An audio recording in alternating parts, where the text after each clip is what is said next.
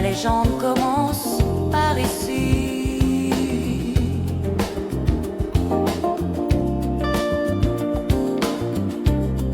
Il faut être ici pour exister.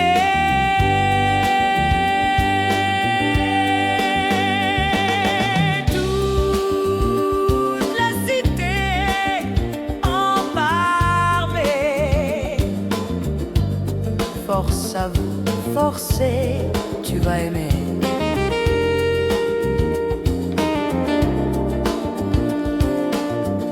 Toute la cité en parle.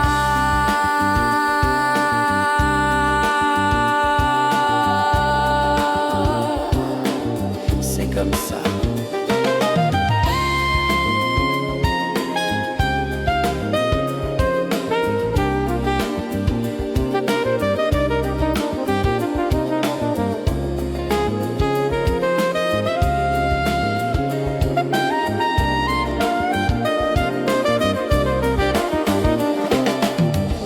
C'est comme ça.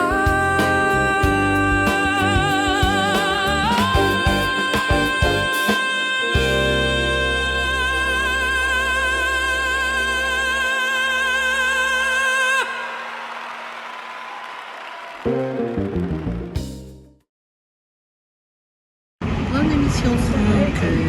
Bisous. Quand l'émission commence, toute la famille est là, parce qu'il faut être ici pour exister. Merci à vous d'être là. Merci également à Moéné, la duchesse de Casa, qui nous suit. Et quand je suis TCP les samedis soirs, on prend beaucoup de plaisir. C'est avec ce grand plaisir que je reçois mes amis pour l'actu pas de course. Noël Boli.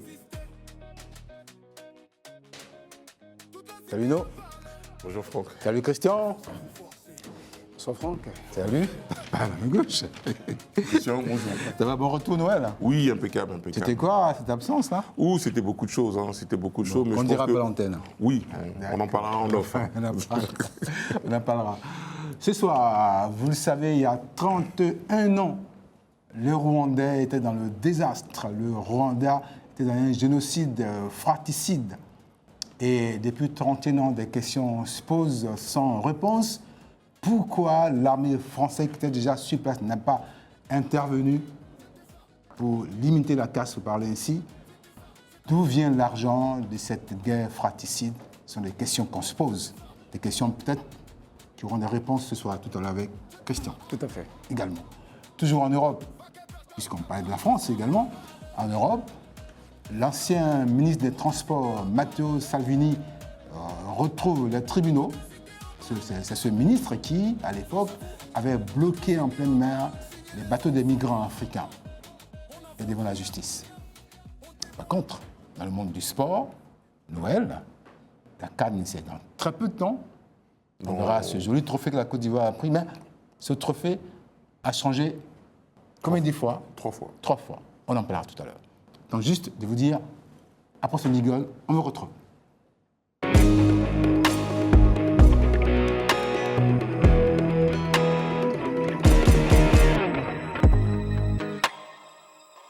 Christian, Oui. c'est vrai que l'Afrique a connu tellement de malheurs, comment de douleurs, qu'on se rappelle encore, il y a 31 ans, en 1994, le Rwanda était déchiré. Il y a eu tellement de morts qu'on n'ose même pas revenir sur les chiffres. C'est ça. Des questions se sont posées. Oui. Et ces questions sont nombreuses. Mais aujourd'hui, des gens envoient la Banque de France en justice Oui. pour cette guerre du Rwanda. Effectivement, il s'agit du collectif des partis civils du Rwanda qui ont été suscités par M. Alain Gauthier pour voir clair dans cette affaire de financement de ce génocide. On sait par exemple que la Banque nationale du Rwanda avec ses comptes à la Banque de France et on estime qu'il y avait des mouvements financiers illicites. On parle de 3,17 millions de francs français à l'époque, ce qui fait environ 486 000 euros. Comment est-ce que ces fonds ont servi à alimenter le génocide alors qu'il y avait un embargo sur ces armes. Et cet embargo date de mai 1994. Et quand on parle de ces mouvements, c'est de mai à août 1994. Alors, on parle d'achat de téléphones satellitaires, on parle également de financement d'armes, et on estime également que certaines ambassades étaient, entre guillemets, dans le coup. Alors, la Banque de France a essayé de s'expliquer, elle estime qu'elle ne retrouve pas les traces de ces mouvements, et le délai est en cours. D'ailleurs, la loi l'oblige à détruire 10 ans après les documents pouvant justifier... Alors que là, il y a 31 ans. Il y a 31 ans, voilà, pouvant justifier l'utilisation ou alors l'exploitation de ces fonds. Et donc, il y a à parier que la réponse ne sentiront pas maintenant. Apparemment, il faut une enquête approfondie et rigoureuse, mais surtout indépendante pour situer les responsabilités. D'accord, c'est ce qu'on peut dire. Sur cette guerre où on veut dire quelque chose là-dessus, non. Non, mais c'est un petit peu dommage quand même qu'on efface toutes les traces qui vont permettre d'effectuer une enquête, une bonne enquête. Donc c'est un petit peu dommage parce que là, ça va être un petit peu difficile pour réunir tous les éléments pour mener à bien cette enquête-là. Et même à part ce financement, il y a la grande question. L'armée française était sur place, elle n'a pas intervenu. Elle était là pourquoi? Est-ce qu'il est plus facile de déplacer toute une logistique de la France jusqu'en Afrique centrale que d'intervenir entre deux groupes rivaux dans une guerre civile? Ce sont des questions qui restent pour l'instant sans réponse. Oui, alors je voudrais aussi ajouter que certainement, si cette enquête va jusqu'au bout, on pourrait situer le rôle de l'armée française. Par exemple, si elle a reçu directement ou indirectement ces fonds, on aurait compris qu'elle aurait participé activement au massacre des Rwandais. On estime notamment à 800 000 personnes qui seraient décédées.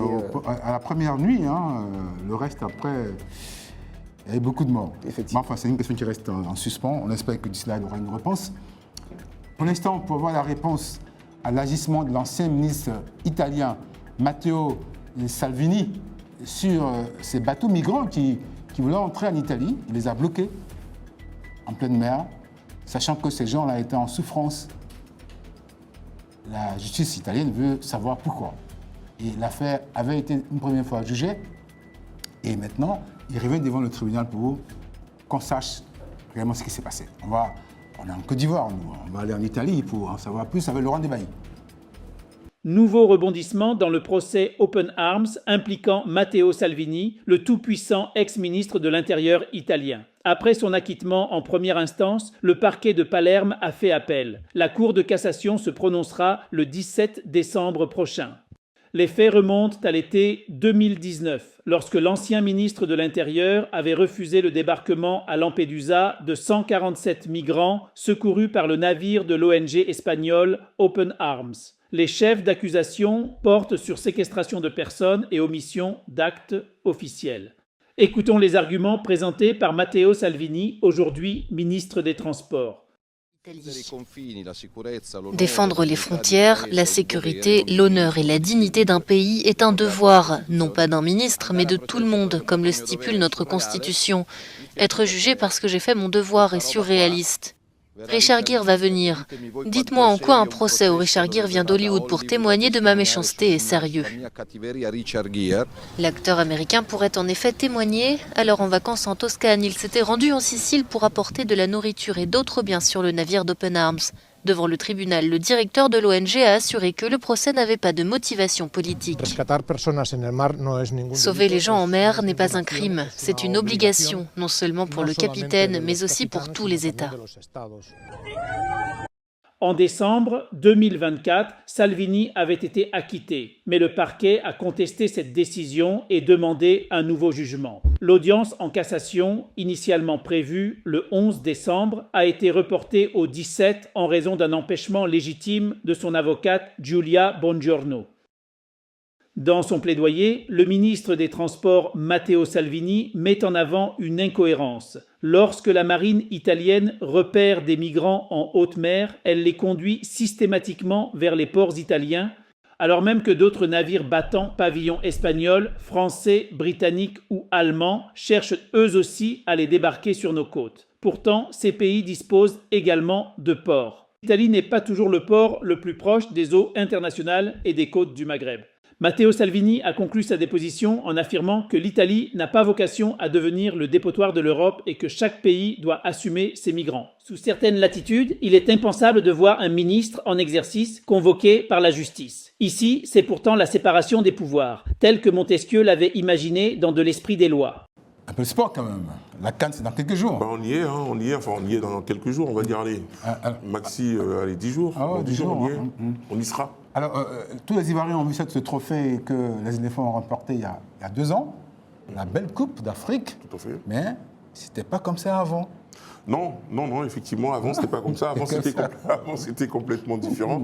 Depuis la création de la CAN en 1957, il y avait des symboles qui étaient donnés pour l'appellation des Coupes d'Afrique. Le premier symbole, enfin, le nom symbolique, bien sûr, c'était gagner-garder. Ça voudrait dire que...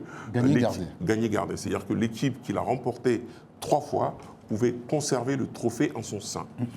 Et l'équipe qui avait remporté justement ces 3 fois-là, c'était le Ghana. Ensuite est arrivé un autre nom symbolique, qui cette fois était l'unité africaine. Et chaque symbole son trophée, hein? Chaque symbole son trophée. Ouais. C'était l'unité africaine. L'unité africaine, celui qui remportait 3 fois, en revanche, c'était toujours pareil, celui qui remportait 3 fois pouvait garder le trophée. Et là, cette fois, c'était le Cameroun qui avait remporté 3 fois et avait conservé le trophée. La dernière fois, c'était plus le cas.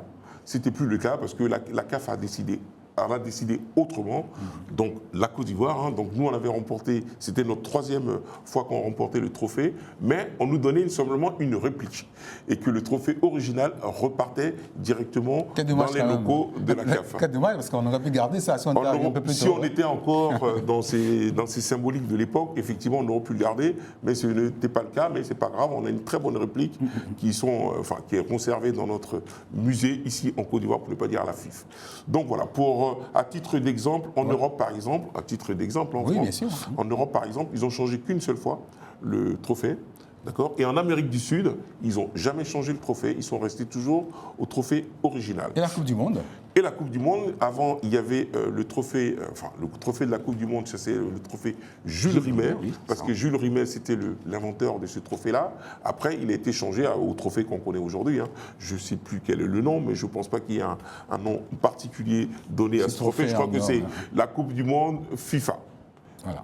Je pense que c'est ça. Il n'y a plus d'appellation propre au trophée. Donc voilà, c'était ça l'histoire un petit peu des changements des différents trophées pour notre très belle CAN, qui j'espère sera remportée encore une fois par les éléphants en terre chérifien. Et quand on connaît l'histoire entre le Maroc et la Côte d'Ivoire, la CAN, on espère, on va dire Inch'Allah. On va dire Inch'Allah. Je crois que c'était l'actu pas de course de ce soir. On se retrouve sur le furtif. Oui. Pourquoi on parle aujourd'hui d'un sujet tout aussi important, la tricherie à l'école. Quand on sait que tout part de là, l'heure de la cité sera sur la tricherie à l'école. À tout à l'heure.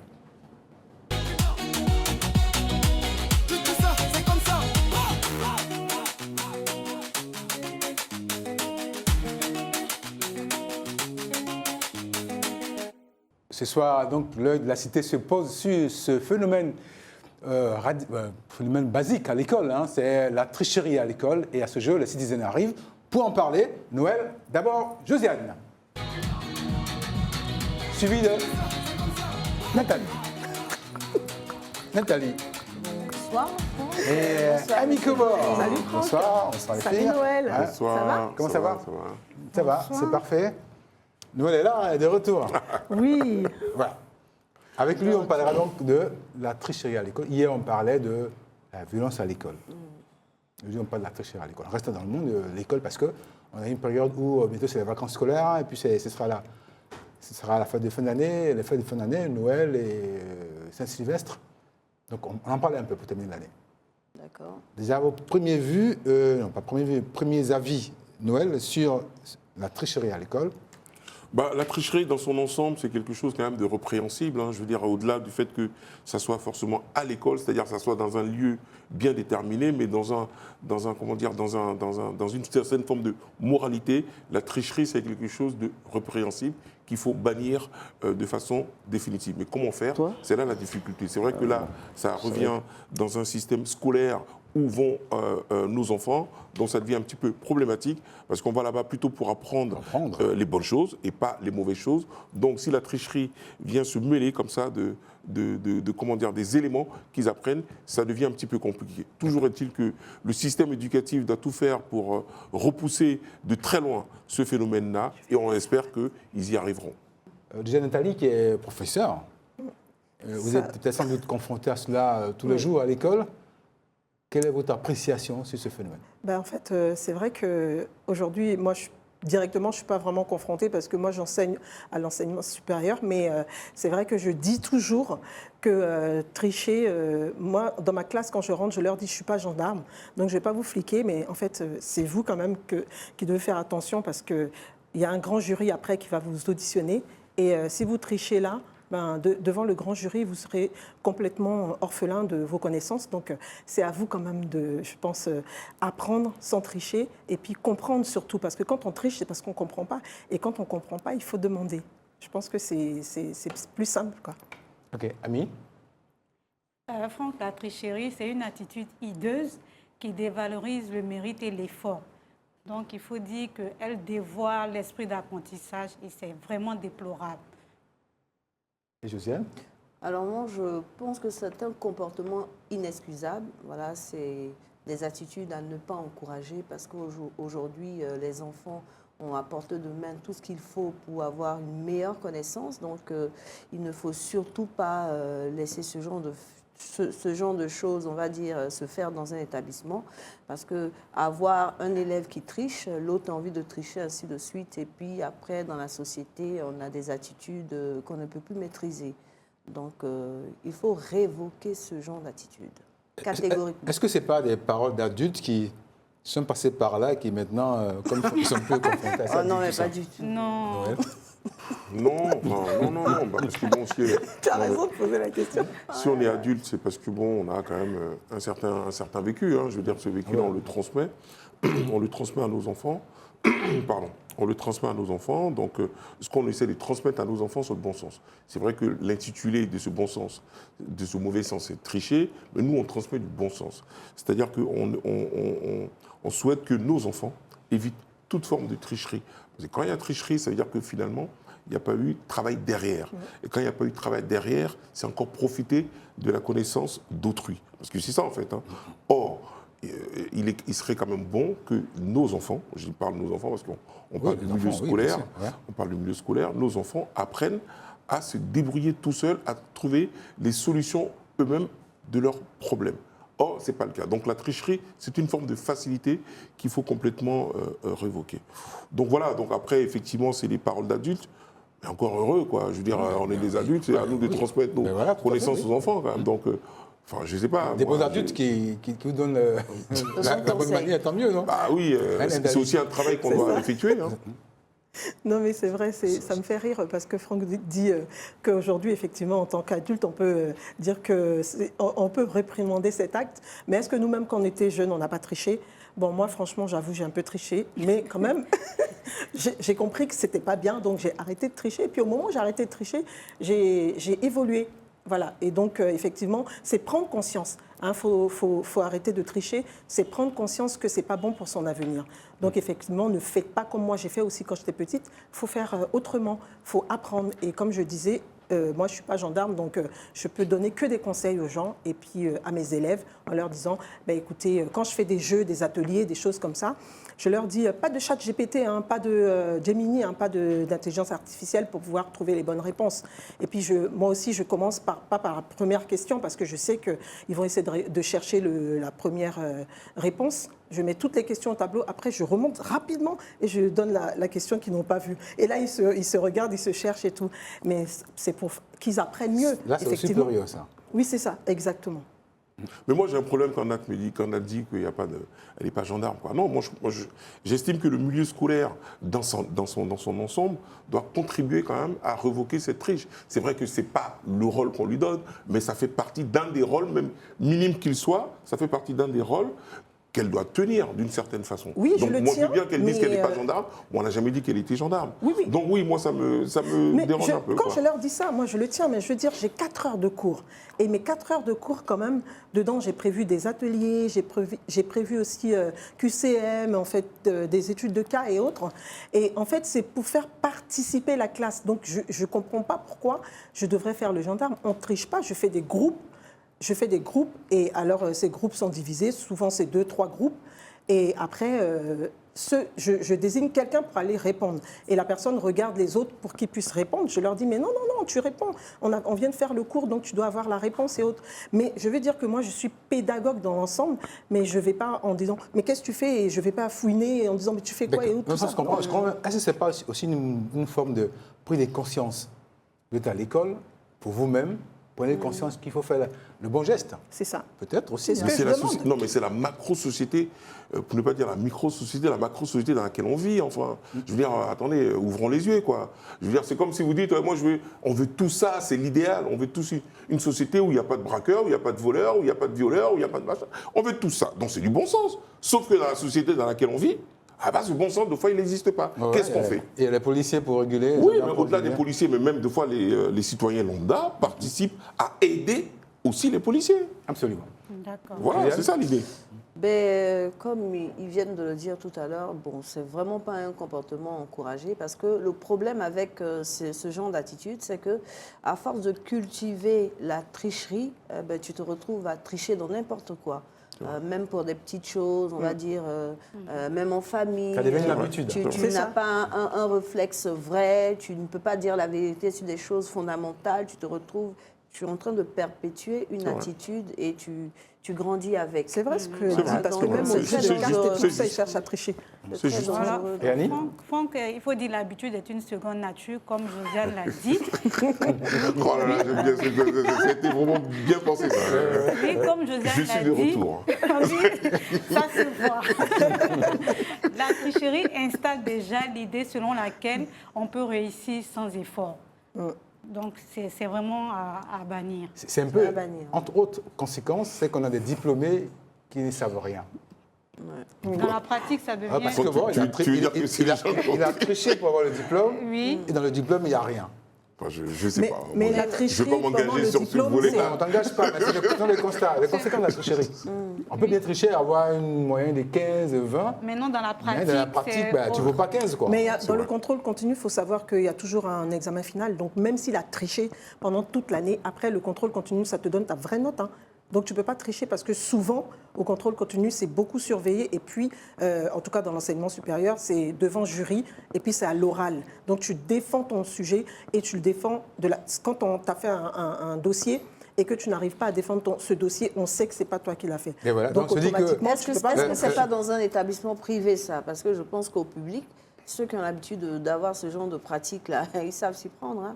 Même à l'examen, il y a certains qui... Les habitudes ont évolué aussi. Non, mais c'est pas ce que je veux dire. Ce que je veux dire, privée par hasard. Non, c'est pas que c'est privé ou pas, mais ce que je veux dire, quand tu as un dossier, tu fais un dossier et puis tu dois répondre en fait devant ton professeur, devant un jury, il te pose des questions.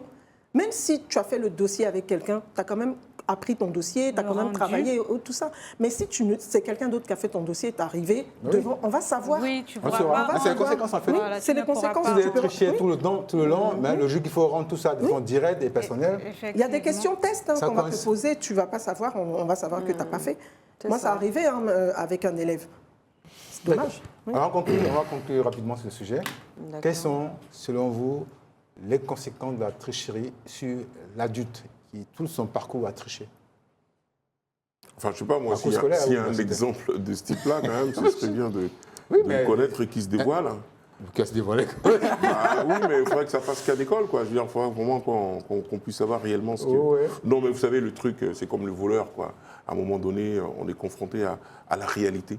Et on ne peut pas répondre à cette réalité. Donc, forcément, on se fait démasquer, quoi. Je ne pense pas qu'il y ait un adulte... Après, bon, je ne sais pas, je ne suis pas dévin, mais je ne pense pas qu'il y ait un adulte depuis l'école primaire jusqu'à l'université a franchi comme ça les étapes en passant par les émails du l'habitude, c'est bonne nature. Non, mais bien sûr. Et puis arriver comme ça à obtenir un diplôme d'études supérieures tout en trichant. Parce qu'à un moment donné, il y a un raisonnement.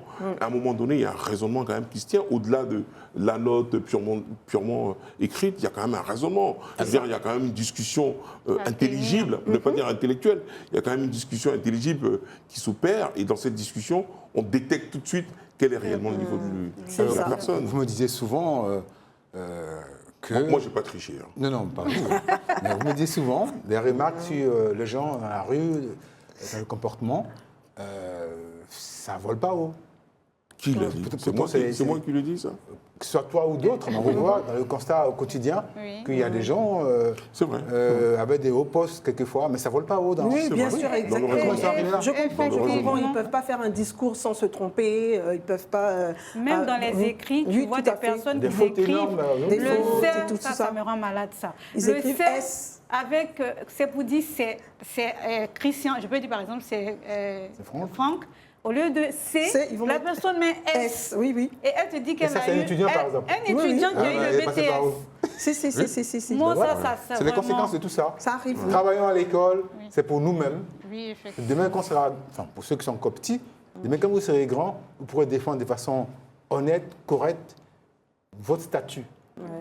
Vous serez un ministre qui sait écrire. Vous serez un directeur ou quelque part, quelqu'un d'important qui assume sa fonction. Et puis, il ne faut pas oublier que ces parents-là qui trichent, ou bien ceux qui ont triché et qui deviennent des parents et qui n'ont pas arrêté de tricher, ils vont inculquer des mauvaises valeurs à leur enfant. Si ça passe pour lui, ils peuvent croire que ça passera pour son fils ou sa fille. Voilà. Voilà ce qu'on peut dire la veille de Noël de ce phénomène à l'école. On ne dit pas qu'on est parfait, non. De toute façon, on ne transmet que les bonnes habitudes. Donc, retenez ce qui est bon. C'est ça. Pas celui qui dit ça. Voilà. L'heure de la cité, ce sera tout pour aujourd'hui. À tout à l'heure.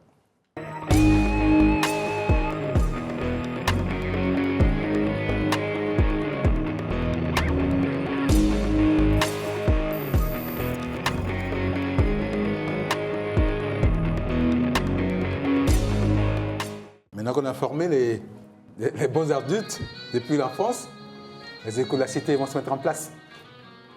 Josiane. Elle dit là, Josiane. Voilà. Roselyne. Ça se passe par ici. Bonsoir, pour exister, il faut être là. Salut, Josiane. Roselyne. Ah, décidément, Josiane, Roselyne, d'accord. Salut, Roselyne. Et Manuela. Salut. Tu vas aimer Manuela. Sans le dire. Toute la cité en parle. Asseyez-vous, Manuela. Ça va? Ainsi se met en place le premier plateau des échos de la cité. Et les échos de la cité, aujourd'hui, c'est Josiane, Roselyne, Manuela. Ça va, Manu? On commence par le début, hein? D'accord. Ça dit la naissance. Oui. Ah, parce qu'on parle de fertilité féminine. Oui. C'est un sujet important, pour bien que le monde se peuple. Bien sûr. Et sans cela... Il n'y a pas de monde. Nothing. Bonjour. OK. Mais avant de commencer, peut-être qu'on va peut-être voir déjà votre vidéo. Oui. Et puis après, on va se mettre en place. Il n'y a pas de problème. Vidéo. À partir de quel âge la fertilité de la femme commence-t-elle à baisser? C'est une question qu'on va plutôt recorriger. D'accord. C'est à partir de, je dirais plutôt l'âge idéal pour choisir de faire son premier bébé, c'est l'âge de 5 ans. Voilà. Maintenant, ce qui concerne où la fertilité commence à baisser, bon, on est tous d'accord que la ménopause, c'est l'âge de 55 ans. À partir de 55 ans, je ne veux pas dire l'âge extrême, la ménopause, mais il est idéal de chercher à faire vivre ses enfants à partir de l'âge de 25 ans. Et une femme qui a 25 ans, les pourcentages de fertilité ne sont pas au beau fixe comme elle a 18 ans ou bien elle a 20 ans. Plus le temps passe, plus ça baisse. Voilà, donc l'âge idéal, c'est 25 ans. D'accord. Vu que l'âge idéal est à 25 ans, quels sont les principaux risques d'une grossesse après 35 ans pour la mère et le bébé? Comment les prévenir? Il y a ce qu'on appelle la prémenopause âgée. La prémenopause âgée, c'est une femme qui décide de faire son premier enfant à partir de 34-35 ans. Je dirais 35 ans. L'utérus, c'est un muscle. Quand je dis muscle, on voit les joueurs comme les Drogba Didier avant qui étaient au beau fixe de sa performance. Mais à chaque fois qu'il doit jouer au football, il est obligé de s'entraîner. Ça veut dire que quand une femme fait son premier bébé à 35 ans, le risque est énorme. Énorme dans la mesure où de certains muscles, il y a l'hémorragie. Elle finit à boucher même les contractions. Après, l'utérus n'arrive pas à bien se rétracter. Donc il y a l'hémorragie. Et même souvent aussi, il y a la fatigue avec l'âge. La fatigue qui peut impacter carrément. Donc on dirait qu'à 35 ans, avoir son premier bébé, je ne dirais pas que c'est un très bon âge. Hein, je dirais pas ça. Nous les hommes, nous sommes aussi exposés à la même chose que les femmes. Il y a des infections, des infections qui vont jusqu'à détruire les gonades, qui font des malformations au niveau spermatozoïde. Il y a plein de maladies que l'on peut avoir qui vont compromettre sa fertilité, mais ce n'est pas vu à son front ni sur lui. Donc on dirait à partir de 50 ans, un homme, la fertilité, c'est une chose un peu troublée à partir de 50 ans. D'accord, mais est-ce que les groupes sanguins aussi jouent sur cela, sur la fertilité? Non, non. C'est une erreur qu'on dit on n'est pas compatible avec le groupe sanguin. Je suis au prototype A+. Non, il faut aller dans la tête, c'est faux. Je dirais plutôt l'électrophorèse de l'hémoglobine qui dit la drépanocytose. La drépanocytose, c'est une maladie du sang où on voit un couple sur les deux ans de drépanocytose vont prendre la vie des enfants. Raison pour laquelle, avant de se marier, ou bien avant d'être ensemble, il faut faire ce qu'on appelle la consultation prénuptiale. Ça nous permet de checker un peu, de voir un peu qu'est-ce que au niveau du groupe sanguin. Au niveau groupe sanguin, oui, la femme peut être négative, le monsieur peut être négatif, mais vice-versa. Il faut checker pour avoir la connaissance de ça. Et aussi chercher à voir s'il n'y a pas la maladie qu'on appelle l'électrophorèse de l'hémoglobine. C'est ça qui, on dira que c'est un peu dangereux. Sinon, ça ne vous empêche pas de vous mettre ensemble, mais faire des enfants, ça sera difficile. Sinon, il n'y a pas d'interdiction à dire que non, on vous savez, on empêche de marier. C'est plutôt la drépanocytose qui vous empêche d'avoir des enfants. Comment vous allez les condamner? D'accord. Quel conseil donneriez-vous pour un couple qui hésite entre faire un enfant tôt avec moins de stabilité financière ou plus tard avec plus de... L'espérance de vie a baissé. L'espérance de vie. C'est-à-dire que si tu décides de faire ton enfant à 40 ans, puisque l'espérance de vie c'est 57 ans, voilà. Tu décides de faire ton enfant à 40 ans, 50 ans, il doit plus qu'il décède à 57 ans, ton enfant aura 7 ans, mettre un orphelin sur terre. Malheureusement, les conditions d'avant maintenant ne sont plus les mêmes. La vie est chère. Mais quand c'est un couple, les deux, voilà, ils peuvent s'entendre, on dira avant 35 ans, il faut chercher à faire ses enfants. La réponse que je pourrais donner avant 35 ans, une stabilité de part et d'autre. Voilà, pas forcément les deux. Pas forcément attendre d'avoir assez d'argent, non. Parce que assez d'argent, mais ça va pas profiter parce que quand tu touches la terre, voilà, ça peut nulle part revenir aux enfants. Eh bien, nous étions en compagnie du docteur gynécologue, docteur Leyebi. Voilà, et la fertilité est un trésor précieux, un don de la nature qui mérite vraiment notre attention et surtout nos soins. Parce que chez la femme, elle culmine généralement entre 20 et 30 ans. Et après 35 ans, en raison des vieillissements des ovocytes les ovocytes, ce sont des cellules reproductrices, voilà, qui vieillissent. Donc, du coup, il y a un souci. Et là, quand la femme prend la grossesse après 35 ans, ça devient une grossesse à risque. Donc, est-ce que ça, c'est vraiment prouvé, c'est conçu, c'est accepté par tout le monde? Bon, ça, quand j'ai eu l'entretien... Parce que généralement, on dit ça, hein, peut-être que pas des habitudes d'ailleurs, ou je sais pas, moi. Je sais que, pour pas du cas que je connais, hein, l'Afrique, la Côte d'Ivoire, à 35 ans, c'est très jeune. Hein. Oui, 35 ans. À 50 ans, 55 ans, les gens font encore des enfants. Hein. Oh, oui, mais ils le font avec difficulté. Comme je le disais tantôt, oui, parce qu'à partir de 35 ans, les ovocytes vieillissent. Et là, il y a un ralentissement en fait à la femme de pouvoir avoir des enfants. Bon, moi-même, je ne maîtrisais pas bien ce sujet-là parce que c'est le médecin qui le dit. Oui, c'est le médecin qui le dit. Et j'ai été aussi à l'hôpital et j'ai vu aussi plusieurs cas, voilà, où les femmes, elles étaient vraiment en fleur de l'âge, mais qui avaient des difficultés à avoir des enfants parce qu'elles ont voulu avoir une situation stable et tout. Mais je peux dire qu'elles n'ont pas trouvé le juste milieu vu qu'elles étaient dans l'ignorance parce qu'elles ont voulu avoir une situation stable avant de pouvoir faire leurs enfants. Or, à cet âge-là, à partir de 30 ans, 31 ans et autres, les chances pour avoir des enfants réduisent en fait. Sont réduites. Voilà. Roselyne? Oui. Est-ce qu'on peut checker ça? Oui. Ou votre avis carrément sur ce fait? Bien sûr. Oui, ben, À la fin d'avoir beaucoup de femmes autour de nous, donc là, c'est une question qui sera forcément résolue, ça. Quoi, il n'y a que les femmes qui pourront répondre à ça. C'est déjà le corps, déjà. Puis après, nous, on peut parler en histoire. On a dit que le médecin qui l'a reçu, c'était oui, mais c'est un spécialiste. Mais moi je vais avoir, on va dire, deux regards. Le premier, c'est sur l'aspect scientifique et dire que, voilà, scientifiquement... Là, c'est pas un fact-check, hein, c'est votre avis. Hein. Oui, tout à parce fait. Que mais... Je vois que ça commence à venir. Oui. En fait, on va dire, j'ai deux angles là-dessus par rapport à ce sujet-là. Pourquoi je dis deux?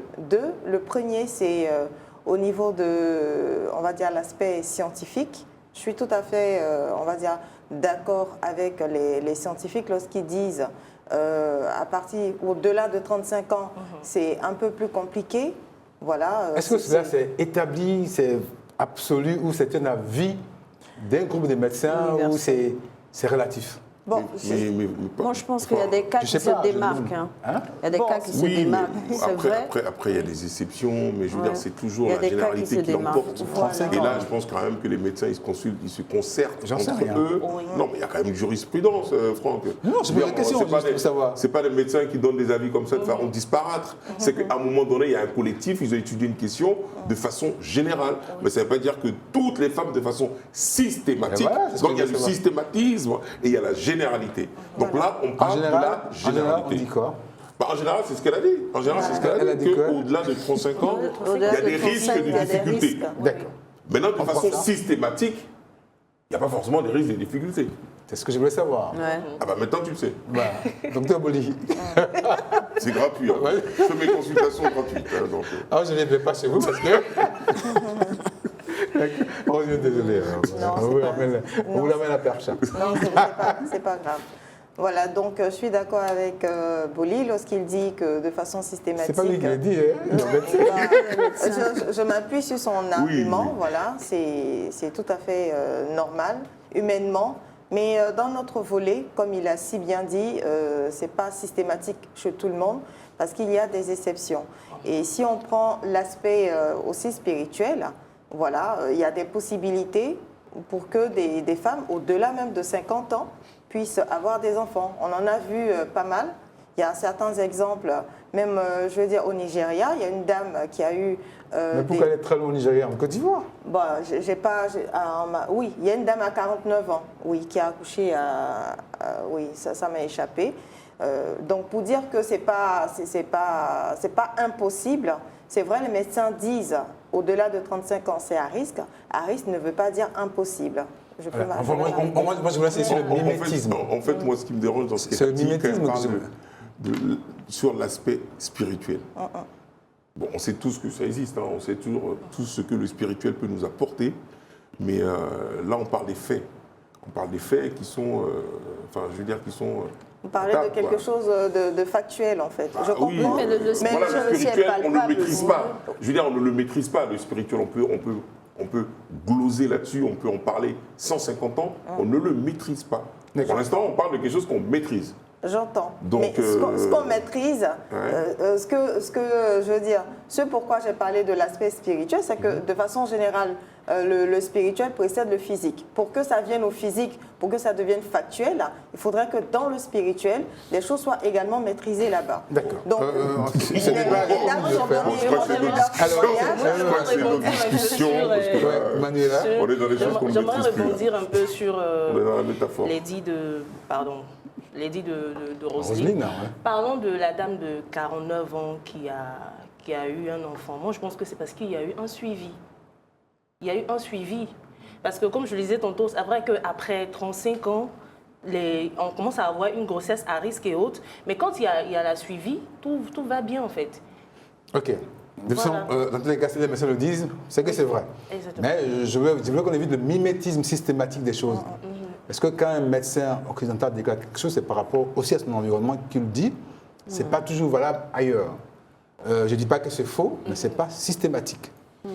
Bien sûr, c'est certain. C'est sur ça que je veux qu'on insiste. OK. La diaspora. Du côté du Ghana, il y a du nouveau.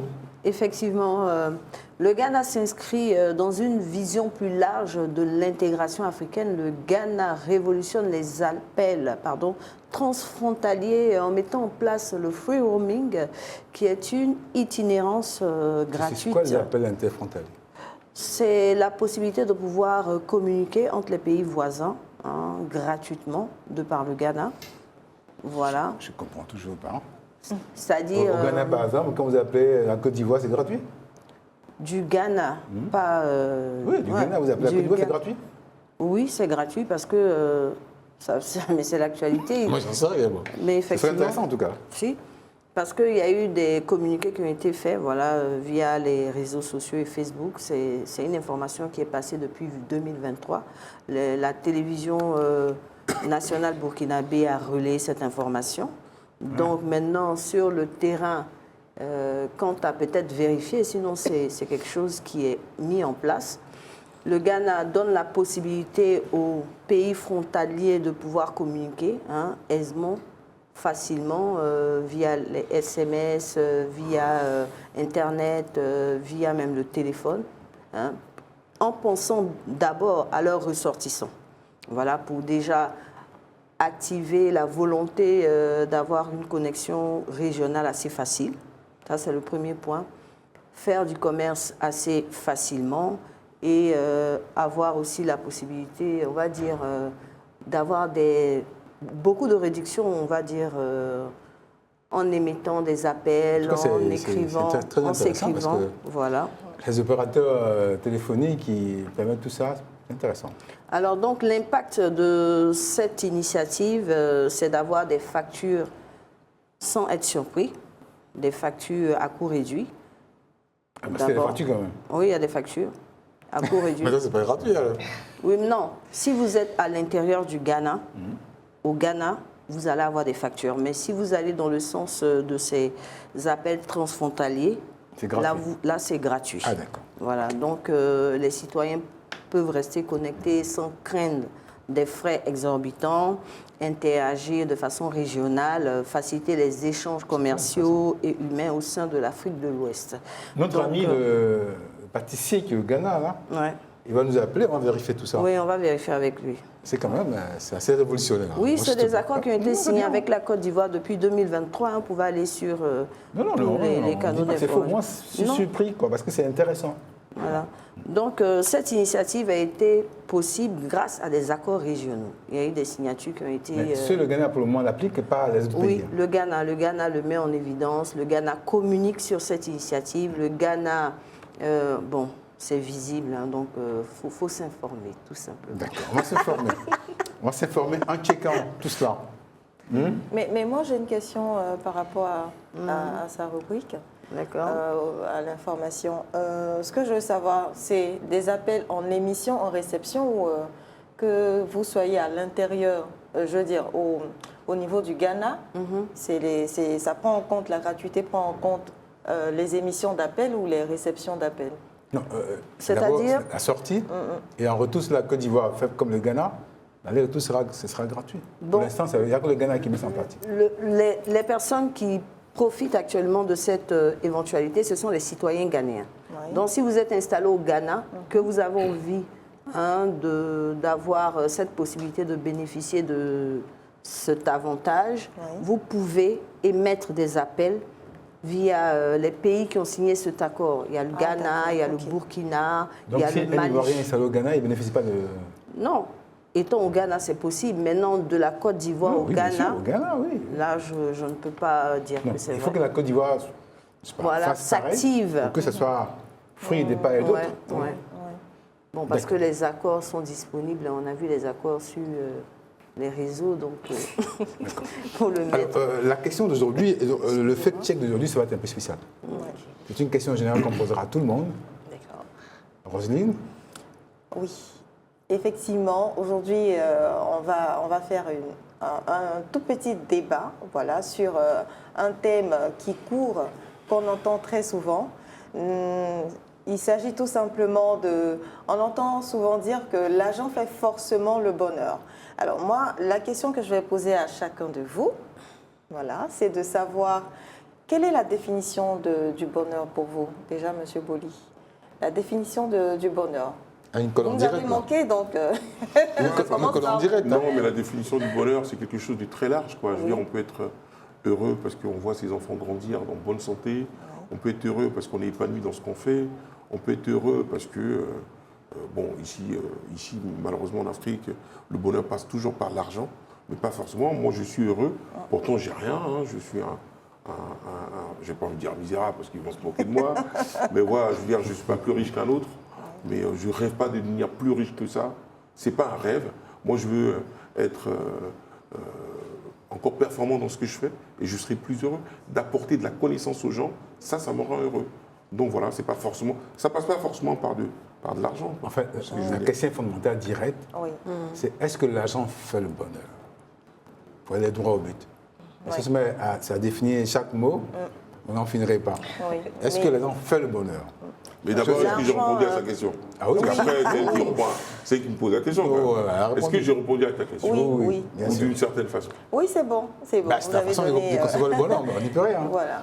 Moi, je veux dire que l'argent, c'est un élément qui contribue à créer un environnement, on va dire, convivial, qui participe plus ou moins au bonheur. Voilà. Qui participe au bonheur. Ouais. Donc, si on vous prend tout l'argent, vous serez quand même heureux. Si on me prend... Qui va prendre mon argent? Pas d'argent, rien du tout, zéro. Non. Vous serez heureux. Non, mais on peut pas vivre sans argent au jour d'aujourd'hui parce qu'on a des besoins. Maintenant, comment est-ce qu'on l'utilise, ça c'est une autre question. C'est même pas l'utilisation. La question est directe. Ouais. On va faire des réponses fermées. Oui ou non? Si on prend tout mon argent. Ça veut rien dire. Si on prend tout mon argent. Il ne va même pas prendre mon argent même. Je ne vais même pas accepter. Non, Franck, je veux simplement dire... Non, mais il faut expliquer les choses. C'est ce qu'on explique. C'est pas soit blanc ou noir. À un moment donné, il y a des nuances. Oui. L'argent, c'est un mode d'échange aujourd'hui. Ça permet d'échanger un certain nombre d'éléments. Ça, tout le monde Donc, le sait. malheureusement ou heureusement, on a besoin d'échanger des éléments. Ça, tout le monde Maintenant, le sait. au-delà de ces éléments-là, ce ne sont pas le fait qu'on échange ces éléments qu'on est forcément heureux. On n'a pas dit ça. Voilà, moi, je lis un livre, je n'ai pas besoin d'argent quand je lis un livre. Oui, mais je suis heureux. La question qu'on pose, quels que soient les appétits ou les contradictions, est-ce que l'argent fait le bonheur? Il faut pouvoir répondre à ça. Oui, mais c'est ce que je dis. Oui, l'argent participe à créer un environnement L'argent contribue au bonheur, en fait. Oui. Non, mais c'est un échange qu'on ne peut pas soustraire dans la vie dans laquelle nous sommes. Oui, on demande ces réponses-là, oui. Non, mais c'est un élément qu'on ne peut pas soustraire. Donc la question, même, fondamentalement, elle ne doit pas être posée parce que c'est un élément. Mais non, mais c'est comme si vous me dites, est-ce que conduire une voiture sans les pneus, la voiture peut avancer? Mais non, c'est un élément. Il y a des voitures sans pneus. Hein. Il y a des voitures sans pneus. Il y a des voitures sans pneus, monsieur. Ah bon? Les carrosses avant, il n'y a pas de pneus. Oui, mais bon, il y avait des roues. Les roues, c'est les pneus. C'est un élément d'échange. L'argent, c'est un élément d'échange. On a besoin de ça pour échanger un certain nombre d'éléments. Ça, c'est votre réponse. Mais c'est d'autres. Ils vont répondre aussi. Manuela. L'argent contribue au bonheur. Contribue au bonheur. Oui, juste contribution. Oui, juste une contribution. Il ne fait pas le bonheur. Non, il ne fait pas le bonheur. Donc sans argent, on pourrait être heureuse. Mais quand ton fils te fait un sourire, c'est pas de l'argent, ça. Disons. Mais ça dépend des contextes aussi. Ton fils te fait un sourire, c'est pas de l'argent, ça. Laisse-la répondre. Tout tourne autour de l'argent, c'est incroyable. Oui, mais écoute, le monde dans lequel on vit, quoi. La question qu'on leur pose, c'est par rapport à des circonstances. On pose une question, il y a des réponses. Est-ce que l'argent fait le bonheur? On peut pouvoir répondre à ça quand même. Non. Ouais. Non. C'est non, oui, mais et vous? L'argent contribue au bonheur, mais sans argent, on ne peut pas être heureux. Mais ça contribue au bonheur. Mais sans ça, il n'y a pas de bonheur. Si, il y a le bonheur, mais ça ne sera pas avec... Enfin, ça ne sera pas, je veux dire, plus intense que quand il y a l'argent, en fait. Non, mais ça ne fait pas le bonheur. Ben voilà. Non, celui qui vit en autarcie, qui vit dans les forêts amazoniennes, il a besoin d'argent, lui, pour être heureux. Il mange les fruits qui sont à proximité de lui. Il a besoin d'argent pour être heureux. Alors, on disait, non, mais je veux dire, on est dans un esprit capitaliste qu'on a envie de véhiculer dans le subconscient des gens. Okay. Ah non, moi je ne suis pas d'accord. On va se calmer. On disait hier. Moi je suis calme. Désormais, ceux qui sont en Amazonie, il y a la notion de change. Voilà, c'est ce que j'ai dit. La notion de change. C'est ce que j'ai dit. Oui, mais aujourd'hui, ce n'est plus l'échange de marchandises. C'est l'argent contre la marchandise. C'est le monde capitaliste qui les a. Oui, le monde, il est parti. Est-ce que vous seriez heureux sans argent, vous? Mais non, mais on est dans un monde d'échange, Franck. C'est répondre à la question. Non, mais... Non. on n'est pas, c'est soit blanc ou noir. Il y a des nuances. Ah, il y a des blancs et des noirs, hein. Parce que Franck a décidé de ne pas comprendre ce que je dis. Non, mais je veux savoir. Ok, on ne va pas s'attarder dessus. Vas-y, Roselyne, parce que sinon on n'en finira pas. Okay, on finira pas aujourd'hui. Ouais. Chaque plateau aura à répondre à cette question. Vous voyez que c'est difficile de répondre, non? Oui, c'est difficile. Parce que non, c'est pas difficile. C'est difficile pour toi de comprendre ce que j'ai dit. Sinon, j'ai répondu. Tu as répondu, mais c'est pas vrai. C'est pour acheter ça, il te faut de l'argent, monsieur. Oui, mais ça me rend pas forcément heureux. Bienvenue alors. Non, ce que je veux dire, mon fils me fait un sourire parce qu'il a une bonne note à l'école. Ça, c'est pas forcément de l'argent, ça. Non, mais voilà. Et la bonne note à l'école, il a eu parce que quoi? T'as mis à l'école, hein, l'argent. Oh, purée. Ok, allez, on termine avec ça. Ben, vous voyez que c'est un débat qu'on fera tout le long d'ici Noël, d'ici la fin d'année. Vous comprenez les choses quand même quelquefois. Voilà, c'est un très beau sujet, puisque sans argent, comme on a fait le tour on ne peut rien faire sans argent. Il ne faut pas se leurrer. Il ne faut pas qu'on soit démagogue. Sans argent, on ne peut rien faire. Aujourd'hui, en tout cas, on ne peut rien faire. Oui, on ne peut rien faire. Et justement, l'Anstat aussi a posé des questions on va dire à la population, et l'étude a été réalisée en 2024, et l'Anstat montre par cette étude-là que le bonheur on va dire les personnes qui ont été interviewées ont tout simplement dit que le bonheur ne se trouve pas forcément au niveau de l'argent, mais plutôt au niveau de la santé, au niveau de la paix sociale, et la santé, paix intérieure. Quoi? La paix elle-même, elle est motivée par l'argent, par les armes. Le plus fort l'emporte toujours. C'est ce que veut dire, on a l'habitude de dire, mais ils n'ont pas le comportement qui va avec. C'est les mêmes phrases qui se répètent. Oui, la santé, mais après, dans le comportement, tout est relié à l'argent. Oui, mais quand on dit... Ce n'est pas temps d'être moins démagogue devant l'argent. Non. Non, mais aujourd'hui, je peux placer juste une phrase pour qu'on termine, parce que quand même, là, le temps de ce plateau, il est passé. Mais pardon, juste une phrase. Ce que je suis en train de dire, c'est-à-dire que le monde capitaliste a tellement intégré l'esprit subconscient de tout un chacun qu'à un moment donné, tout est lié à l'argent. On a fabriqué tout autour de ça. Donc forcément, aujourd'hui, on ne peut pas s'en défaire. Mais est-ce qu'il y avait possibilité de faire autrement? Moi, je dis oui, il y avait possibilité de faire autrement. Donc quand Franck me dit, j'ai acheté ça avec de l'argent, oui, j'ai acheté ça avec de l'argent. Mais est-ce qu'il n'y avait pas possibilité de faire autrement dans notre... Bon, Franck, si tu non, c'est pas la question. Non, mais si tu ne peux pas comprendre ce que je dis, c'est tellement profond. Si tu n'as pas envie de comprendre, bon, écoute, non, on comprend pas. Enfin, tout le monde comprend tout ça. Tout le monde comprend. Libre à toi. Si tu as envie de rester braqué sur ce monde capitaliste, que tu penses qu'il gouverne tout, allons-y dans ce monde capitaliste. Après, assumons les conséquences. On peut juste être réaliste aujourd'hui, parce qu'on est souvent démagogue. En même temps qu'on dit, l'argent ne fait pas le bonheur, on est les premiers à prendre l'avion, ça ne se prend pas avec 0 francs. Pour avoir une bonne éducation, on va dans les meilleures écoles, mais c'est comment? Ou demander à la femme, tu fais quoi comme travail? Bonjour, qu'est-ce que tu fais comme boulot? Aujourd'hui, on ne peut rien. Pas que ce soit indispensable. C'est la conséquence du monde capitaliste. Ben oui, le monde dans lequel tu vis. Ben voilà.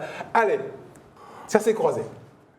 Mais on va revenir sur ce sujet. Laissons-la quand même sortir sa citation du jour. Au moins ça. On lui a saccadé sa rubrique. Non, tant que c'est fait aujourd'hui, c'est une phrase. On lui a saccadé sa rubrique. Au moins ta citation, vas-y pour ta citation. C'est pas grave. Très bien. Alors, il faut tout simplement retenir que l'argent, c'est essentiel pour vivre, parce que dans ce monde, on ne peut pas vivre sans argent. Toutefois, ça ne fait pas forcément le bonheur.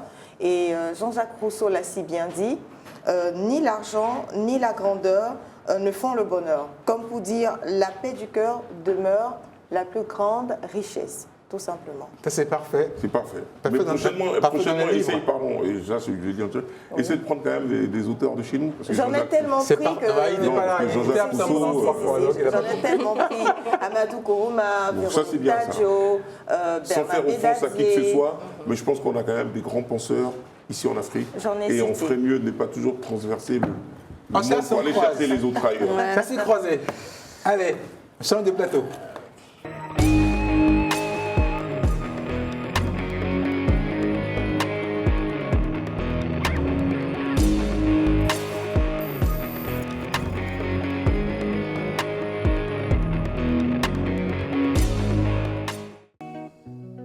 Le chassé croisé. Noël. Oui. La cité est en ébullition. L'argent fait-il le bonheur ou pas? La cité par contre attend ses premiers. La légende commence par ici. La légende commence par ici. Il faut être ici pour exister. Il faut être ici pour exister. Nathalie. Toute la cité en parle. Force à vous forcer. Forcer. Roselyne. Tu vas arriver. Ok, merci. Et Josiane. Salut, bonsoir. Comment ça va? C'est comme ça. Et Annie. Toute la cité en parle. La cité en parlera. Force à vous. Toute la Force à cité vous, en parle. les filles. Bonne arrivée. Force à vous. Merci. Toute la cité en parle. Maintenant, petit le bonheur, c'est le débat du jour. À la veille de Noël, où il y a beaucoup de gens qui circulent. La question me est encore posée, c'est vrai que c'est une question carrément philosophique. On a écrit des bouquets là-dessus avec des raisonnements à ne point finir. Mais aujourd'hui, les gens fait-il encore le bonheur ou pas? Ou fait-il le bonheur? Ce sera une question dont on parlera en fin d'émission. Ça va? D'accord. Ça va. Madame Secron? Oui, ça va. D'accord. C'est vous dire, hein? Oui, je le vois. Il y a des retours. On est heureux qu'ils reviennent. Hein. Voilà. Et Ami Kobor. Oui, Franck. Oui, je vais très bien. On a oublié de dire bonjour à papa au Sénégal aujourd'hui. Hein. Oui, ça fait un moment que je n'ai pas dit bonjour à papa. Oui. Papa, namona là de... C'est joli, ça. Mignon. Je dis, il me manque. Ah. Papa, tu nous manques tous aussi. Il faut bien que tu viennes un jour ici pour qu'on te reçoive dans la cité. Oui, il va venir en tourisme. Un tourisme sportif. Effectivement. N'est-ce pas que la Cannes donne encore l'occasion de parler de tourisme sportif, Oui. après que la Côte d'Ivoire en ait bénéficié largement. Oui. Le tourisme sportif, c'est quoi, Annie? Déjà, le tourisme sportif, c'est le tourisme qui concerne toutes les activités sportives. Ça peut être le football, la natation, peu importe l'athlétisme, tout ce qui est sport. Tout ce qui est sport est concerné par le tourisme sportif. Et dernièrement, disons en 2023, la Côte d'Ivoire, elle a reçu les autres, c'était elle qui accueillait pour la CAN et elle a pu bénéficier de ce tourisme sportif. Les bienfaits, c'était dans tous les secteurs. Déjà, en termes de recettes, elle a généré, le tourisme sportif en Côte d'Ivoire a généré pendant la CAN, disons, 1100 milliards de francs CFA. En termes de recettes. Milliards. Oui. En Côte d'Ivoire, durant la CAN. En Côte d'Ivoire, durant la dernière CAN, la Coupe des Nations. Et tout ça décline sur quoi, pour être précis dans les décomptes? Cela concerne tous les secteurs. Il y a l'hôtellerie. Il faut dire que pendant la CAN, il y a eu une hausse de 20 à 60% en termes d'hôtellerie. Oui. C'est une augmentation énorme. Oui, énorme. Et la restauration, les hôtes, ils vont manger, c'est normal. En Côte d'Ivoire, on a tellement de bonne nourriture que les autres en ont profité avec la restauration. À ce niveau également, il y a eu une hausse. Et il faut dire également le transport. Ils ont utilisé plusieurs moyens de transport. Il y a la location des véhicules, il y a les transports en commun. Tous ces aspects ont connu une hausse pendant la période de la CAN. C'est tous ces aspects qui contribuent au développement du tourisme et le tourisme sportif est important pour un pays. Pour aller d'Abidjan à Korogo, à San Pedro, à Côte d'Ivoire, on en a profité. On a profité, les compagnies de transport, on en a profité. Abidjan, les taxis et tout ce qu'il y a. Les restauratrices aussi en ont profité. Est-ce que les Woro ont profité? Oui, il y a certaines personnes qui ont utilisé les Woro. C'était des découvertes. Les Baka. Oui, parce que c'était des découvertes. Mes amis, Woro, Baka.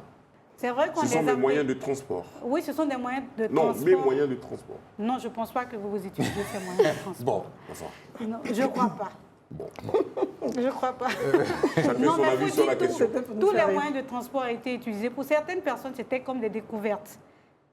Il y a des personnes qui n'ont pas pour habitude d'emprunter ces moyens de transport.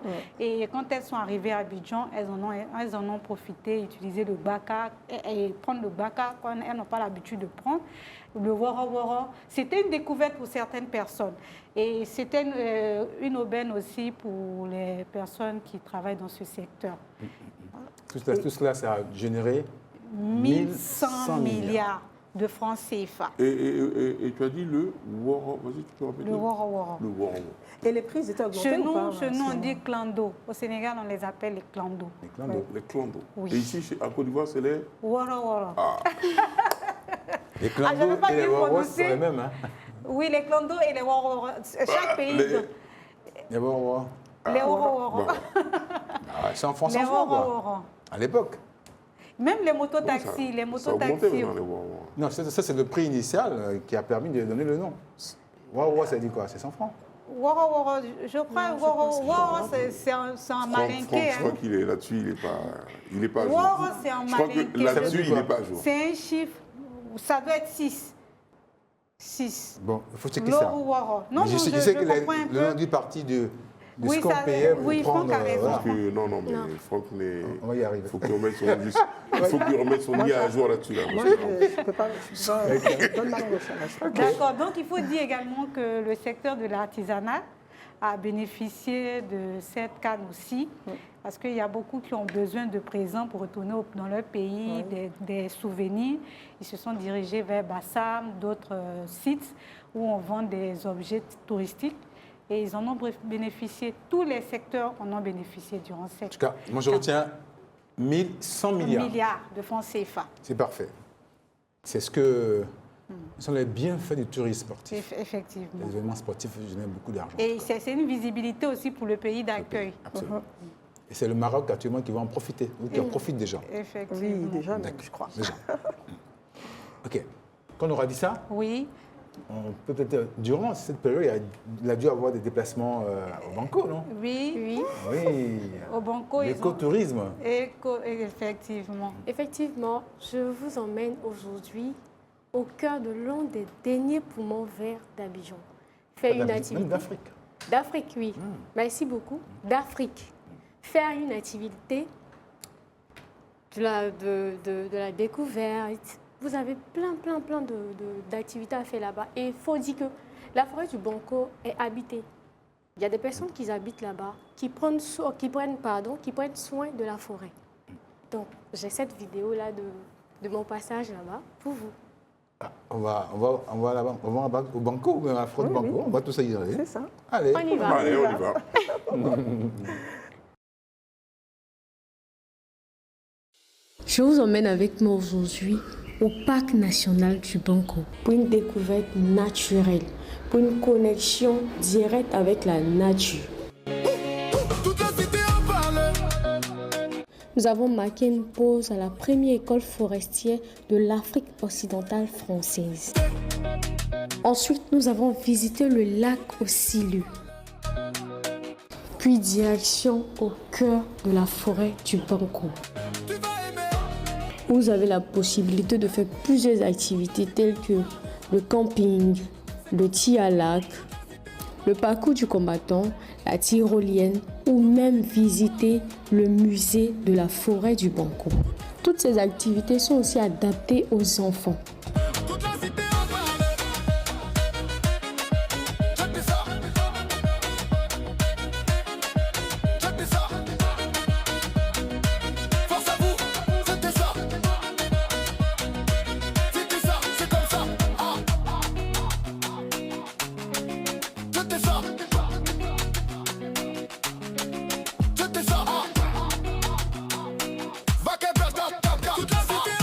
En visitant le musée du parc, vous avez la possibilité de connaître le nom de certains arbres de la forêt, connaître le nom de certains animaux du parc et voir quelques squelettes d'animaux. À la suite de la visite, vous pouvez laisser un commentaire ou une note au parc dans le cahier d'or qui se trouve dans le musée. Ce fut pour moi une très belle balade en pleine nature où je rencontrais des personnes chaleureuses et un bon bungee bien glacé.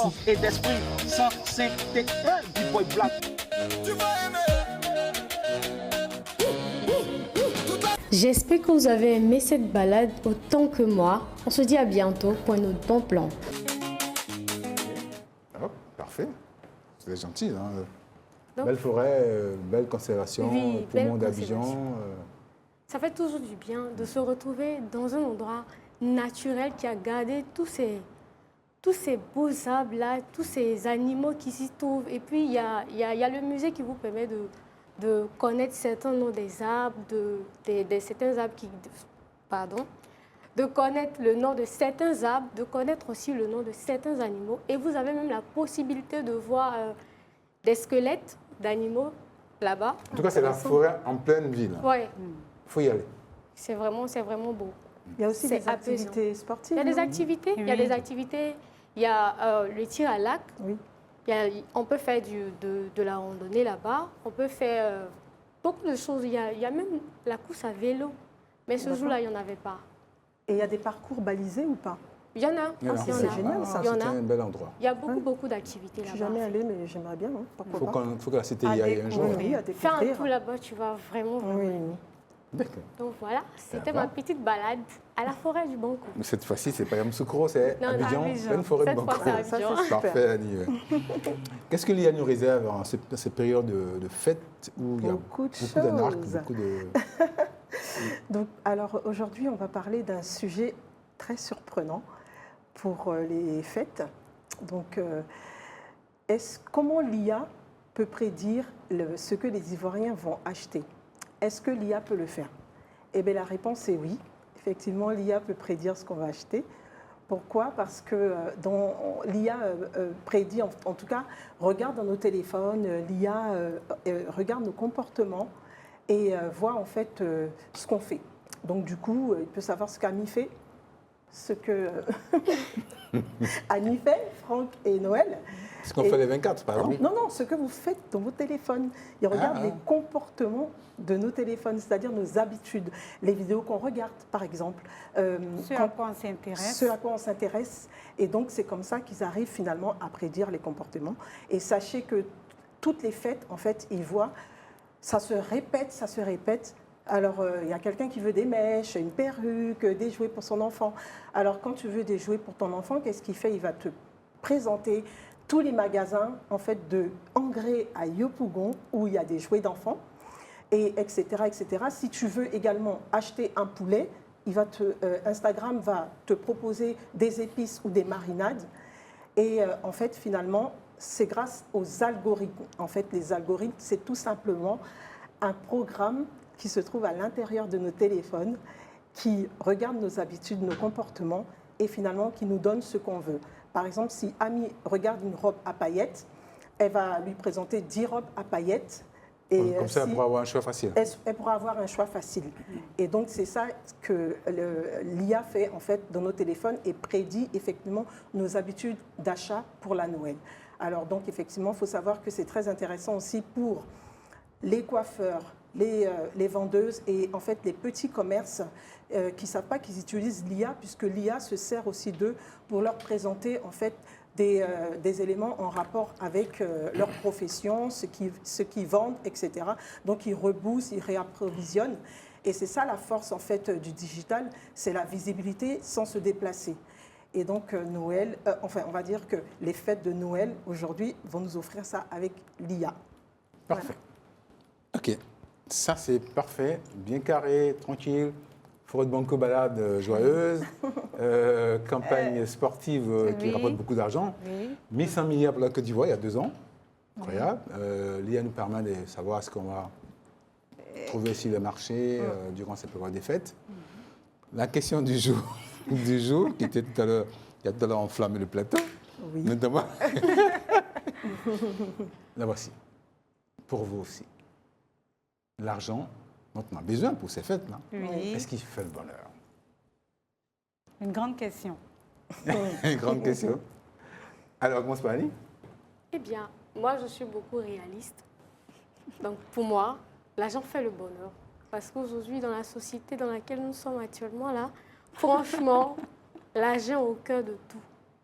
Et même les petits moments qu'avant on avait facilement et tout, aujourd'hui, il faut de l'argent pour pouvoir vivre ces beaux moments-là. Donc, désolé, hein, mais l'argent fait le bonheur pour moi. Pourquoi désolé? Non, désolé pour les personnes que ça va choquer, pour la bonne morale. Voilà, pour la bonne morale. Pourquoi les personnes qui sont choquées? Puisque toute ta réflexion est basée sur l'argent, pourquoi tu veux que ça choque des personnes? Il y a des personnes qui vont trouver ça peut-être. Non, mais tu prends, non, mais tu assumes tes propos. J'assume. Bah voilà, donc. J'assume, néanmoins, je m'excuse. Ce qui se passe chez les autres, c'est pas ton problème. Non, je dois m'excuser aussi. Mais non. Je vois pas les hypocrites ouverts là. On dit les choses, il faut qu'on les assume. Après, c'est pas une question d'hypocrisie. C'est pas une question d'hypocrisie. Comme je l'ai dit tout à l'heure, moi je suis réaliste. Et j'assume parce que les autres ne le sont pas. Je ne sais pas. Bah, faut pas le dire alors. Je ne sais pas. Elle est réaliste Par dans sa contre, moi, réalité. je suis réaliste. D'accord. L'argent fait le bonheur. Parfait. C'est clair et net, avec des arguments d'appui. Ami. Moi, je dirais que l'argent contribue au bonheur. Mais dire que l'argent fait le bonheur, c'est pas totalement vrai. Ah, moi, je suis entre deux eaux. Je me dis que l'argent contribue au bonheur. Parce que pour faire certaines choses, il faut nécessairement, obligatoirement avoir de l'argent sur soi. Je veux par exemple aller faire les découvertes, comme Annie l'a dit tout à l'heure. Si je n'ai pas les moyens, je ne peux pas le faire. Et peut-être, moi, j'adore aller en villégiature. Quand je n'ai pas d'argent, je ne peux pas. Où est le bonheur? Peut-être pour moi, c'est ça le bonheur. Le fait de sortir, aller en campagne, aller en villégiature, visiter. Mais si je n'ai pas ces moyens-là, alors que c'est mon moment de bonheur. Quand je n'ai pas les moyens, je ne peux pas dire que l'argent... Donc, ce serait l'argent fait des bonheurs, peut-être? Il contribue. Il contribue. C'est important d'avoir de l'argent parce que sans argent, on ne peut pas faire certaines choses. Mais dire que l'argent fait totalement le bonheur, je ne suis pas d'accord. Parce que... Mais est-ce qu'on peut dire aussi que l'argent ne fait pas le bonheur? Non, on ne peut pas dire que l'argent ne fait pas le bonheur. Il faut choisir. Oui, mais bon, en fait, ton camp. Ça peut pas être une question. Cette question ne peut pas être une question fermée. Tout est entremêlé quand même. Elle peut pas être une question fermée parce qu'on va forcément donner des arguments derrière. Mais dit comme ça, oui, elle fait ou bien non, elle ne fait pas. Moi, je suis entre deux eaux. Je ne pourrais pas dire que l'argent fait le bonheur. Je ne pourrais pas dire qu'elle ne fait pas le bonheur. Mais elle compte, et du moins, puisque c'est l'argent contribue au bonheur. OK. Et Nat? Mais moi, en tout cas, je trouve que c'est vraiment une question très, très, très ouverte. Et du coup, je ne vais pas être entre deux eaux, je vais dire carrément non. Pour moi, l'argent ne fait pas le bonheur.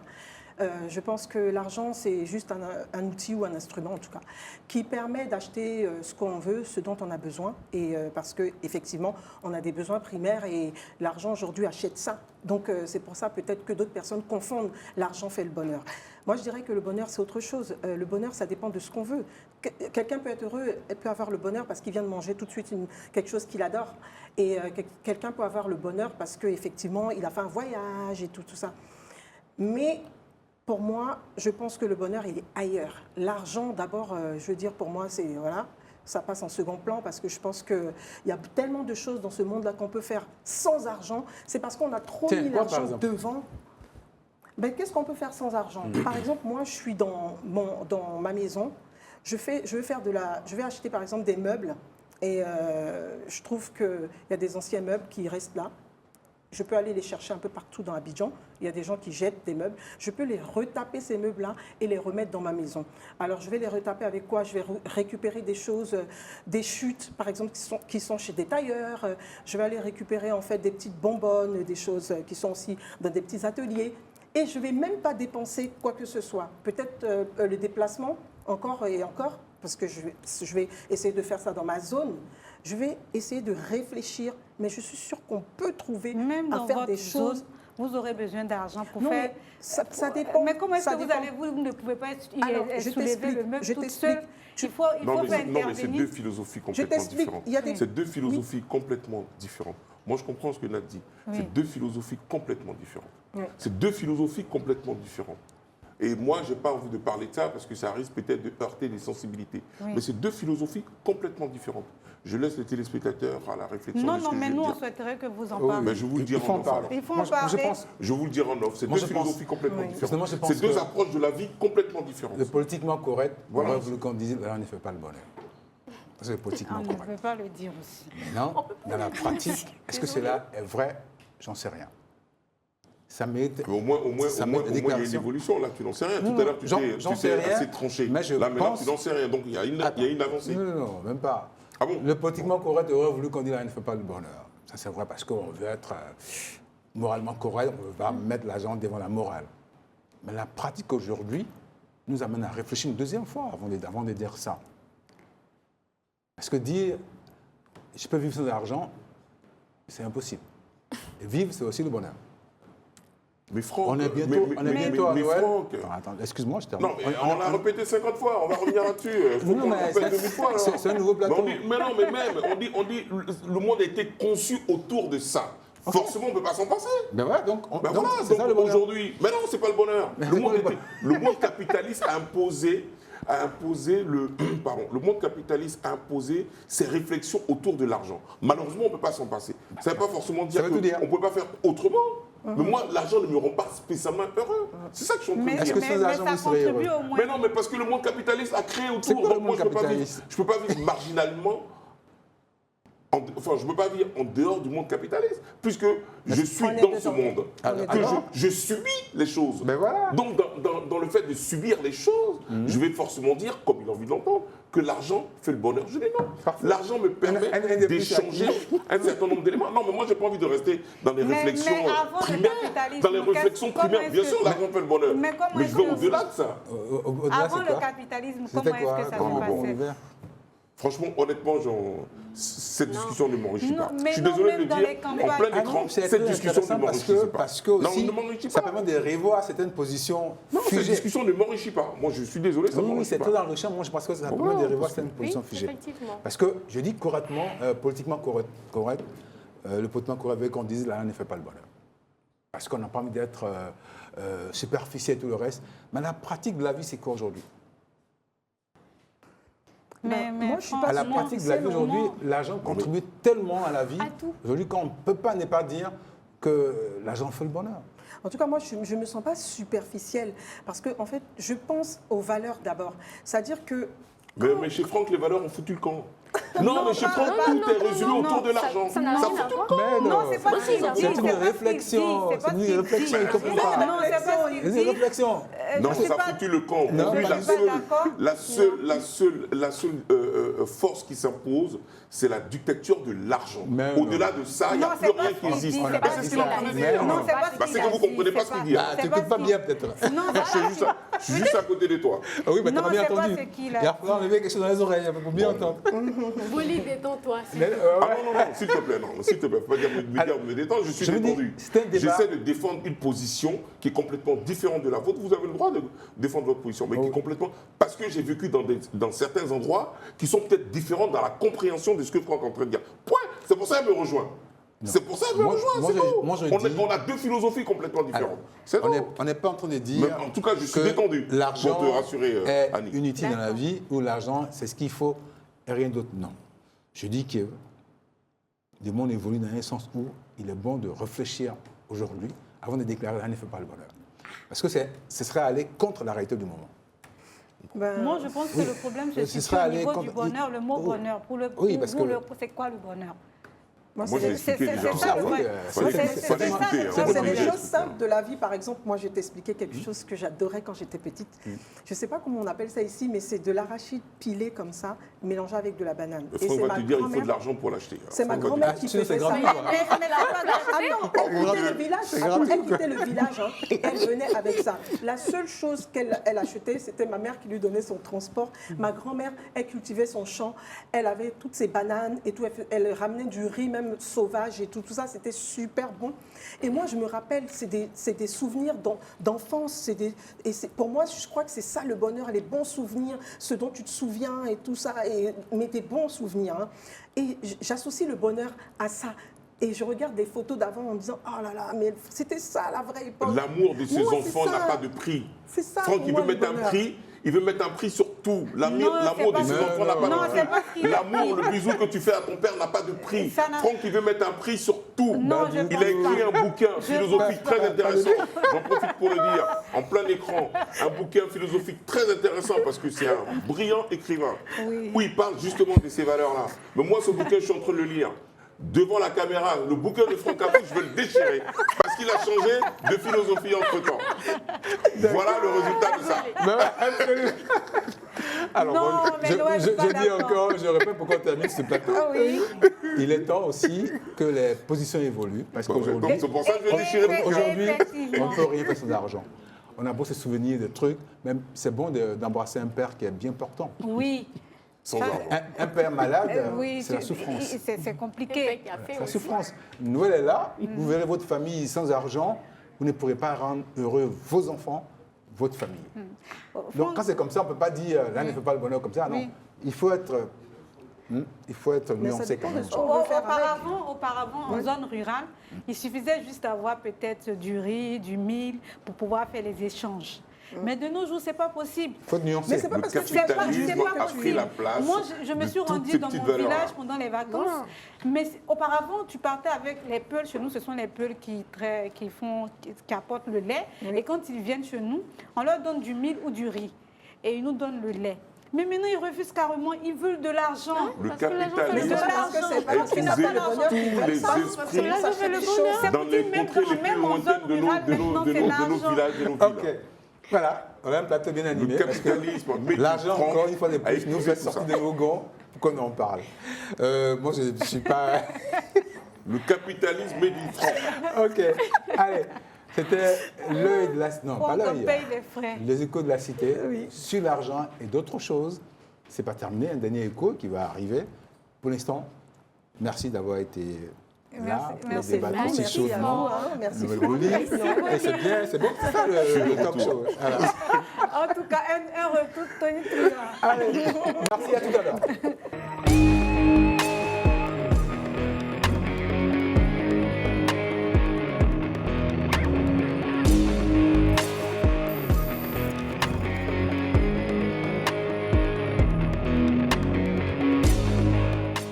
Ce dernier plateau de toute la cité en parle de ce samedi soir.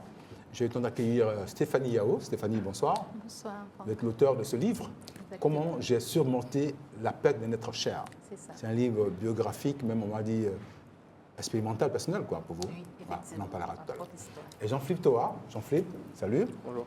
Voilà, avec vous, on parlera de cette fameuse liste des foyers. La fameuse liste, effectivement. Sous le contrôle de M. Boli, un spécialiste en la matière. Et puis avec Christian, on ira encore sur les traces de ces hommes qui ont marqué leur temps. Aujourd'hui, hier, après Yaya Touré, aujourd'hui, on parle de Cheikh Cissé. Cheikh Salah, un autre sportif qui s'est distingué. Ouais, on commence par lui, pour ouvrir les portes. D'accord. Alors, Cissé Cheikh Salah, on le sait, c'est une grande icône du taekwondo africain. Il a réussi à se distinguer au-delà de la Côte d'Ivoire. C'est le premier médaillé d'or. On avait parlé ici de Gabriel Tiako, premier médaillé olympique. Je pense que Cissé Cheikh Salah, sur le plan olympique, est certainement... Il a été médaillé d'argent, oui, l'athlétisme.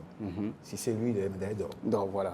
Donc pour moi, c'est le digne héritier au plan olympique pour la Côte d'Ivoire. C'est une grande fierté. Après, il a gagné plein de titres. Aujourd'hui, il est au Comité international olympique. Il a travaillé avec le ministère des Sports. Et je crois qu'il s'apprête également à occuper une place importante dans la gestion de son sport.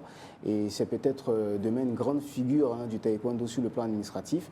Cette nouvelle génération qui monte, on sait que le taekwondo n'est pas le premier sport en Côte d'Ivoire. Mais au-delà des autres sports qui sont à côté du football, ils ont besoin de promotion et ça ne peut que se faire avec des icônes, des gens qui sont respectés, qui ont réussi. Et je salue l'initiative de Cissé Cheikh qui, bien avant d'occuper ce poste-là, et c'est certainement l'une des raisons, faisait ce travail-là de promotion auprès des jeunes. Et je crois qu'ils l'ont bien apprécié. Bravo Cissé, c'est une très bonne chose. J'exhorte également tous les autres sportifs, surtout ceux qui viennent après des icônes comme Cissé Cheikh, à suivre cet exemple-là parce que notre sport a besoin de promotion et d'aller un peu plus haut sur la scène africaine et internationale. C'est dans la même démarche que se trouve Stéphanie Yao. Stéphanie, votre livre, Comment j'ai surmonté la perte d'un être cher, permet à ceux qui ont vécu la même chose de surmonter la douleur. Exactement. Voilà. Je dirais que ce livre, je l'ai écrit sous inspiration divine parce que j'explique dans le livre comment on peut surmonter la perte d'un être cher. C'est vrai qu'il y a plusieurs étapes, mais c'est possible de passer à la phase de l'acceptation, de pouvoir avancer et passer à autre chose. C'est jamais facile. C'est pas facile. Ça prend des mois, ça peut prendre même des années. Même il y a des personnes, même jusqu'à la fin de leur jour, qui n'arrivent pas à se remettre de la perte d'un être cher. Donc c'est vraiment pas évident. Comment on peut se remettre? Quand on a vécu avec quelqu'un qu'on a aimé vraiment et qui subitement part de ce monde. Je ne sais pas, j'ai pas de question, c'est tellement...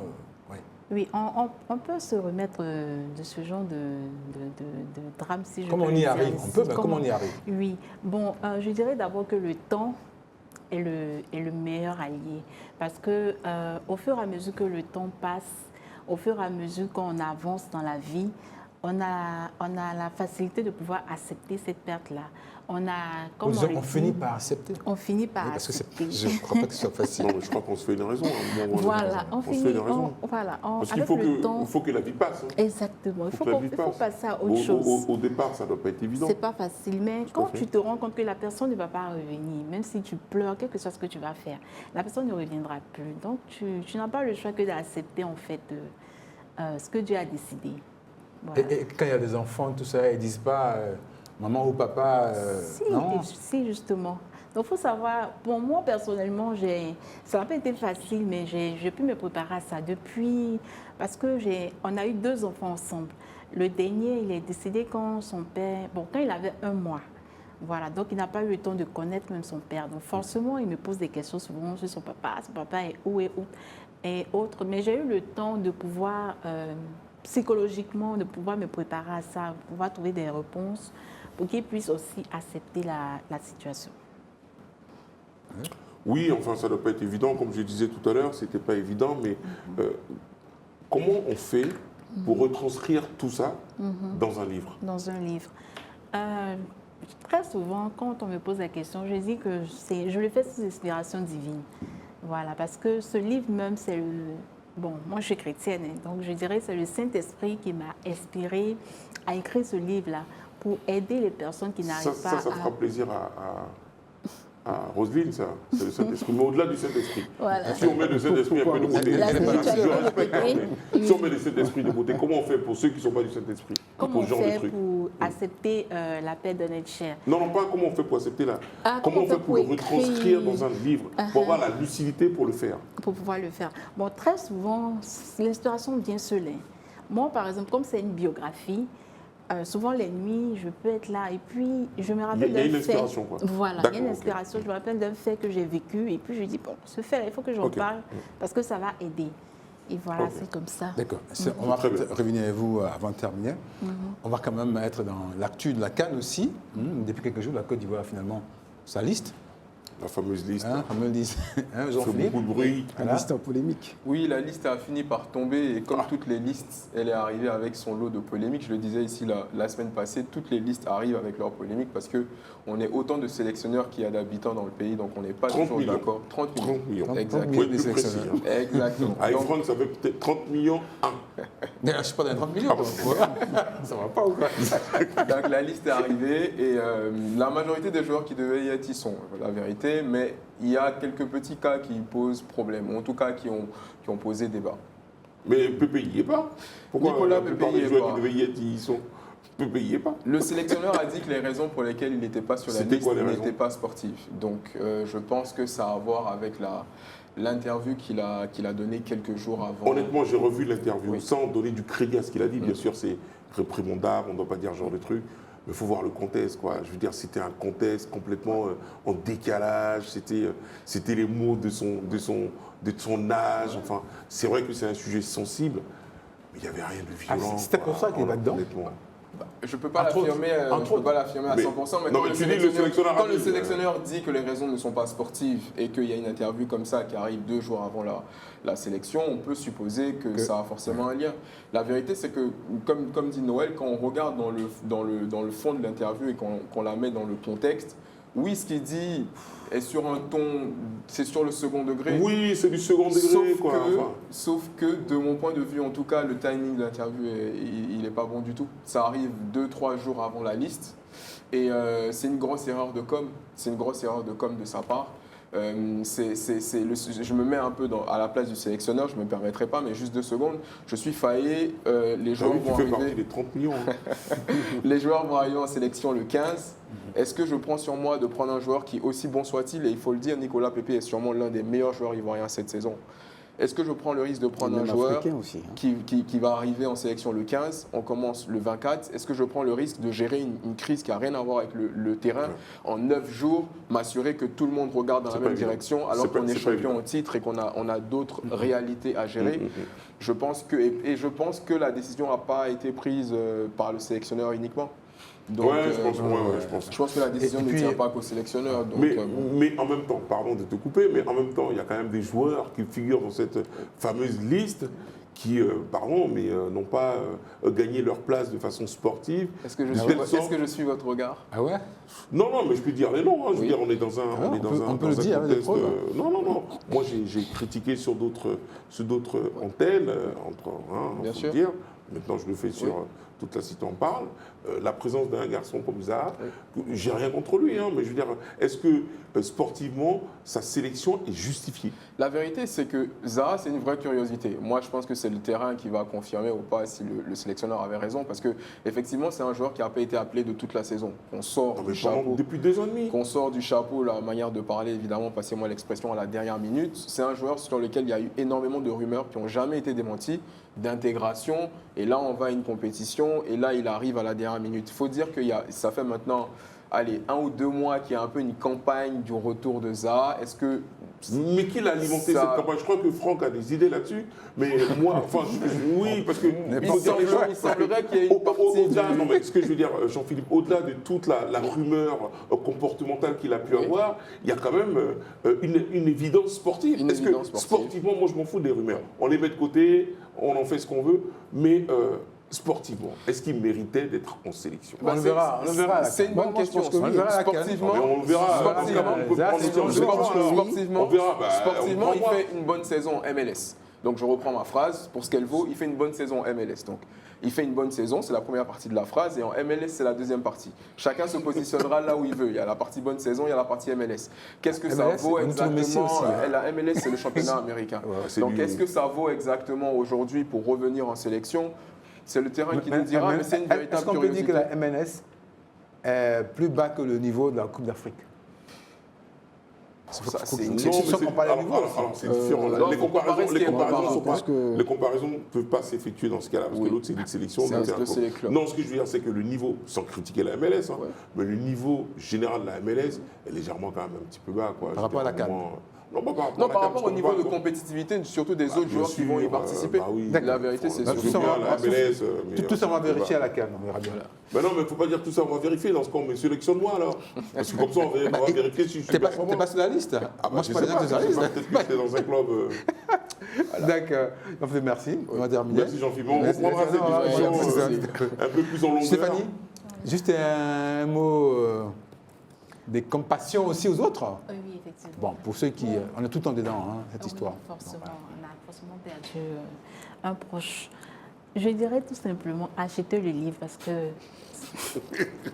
on garde quand même sa fibre commerciale malgré tout. C'est une thérapie. C'est bien le livre. Voilà. Surtout que c'est thérapeutique. Merci, c'est thérapeutique. Donc, vraiment, je conseille à tout le monde de pouvoir se l'offrir. Merci Stéphanie. Merci à Jean-Philippe qui fait des analyses froides et pertinentes. Ah non, Jean-Philippe, moi je... Merci à Christian pour chaque Cissé. C'est un très bon observateur du football. Oui. Merci Noël. Je suis de retour. Et demain dimanche, on est encore là. Comme le grand sorcier, quoi.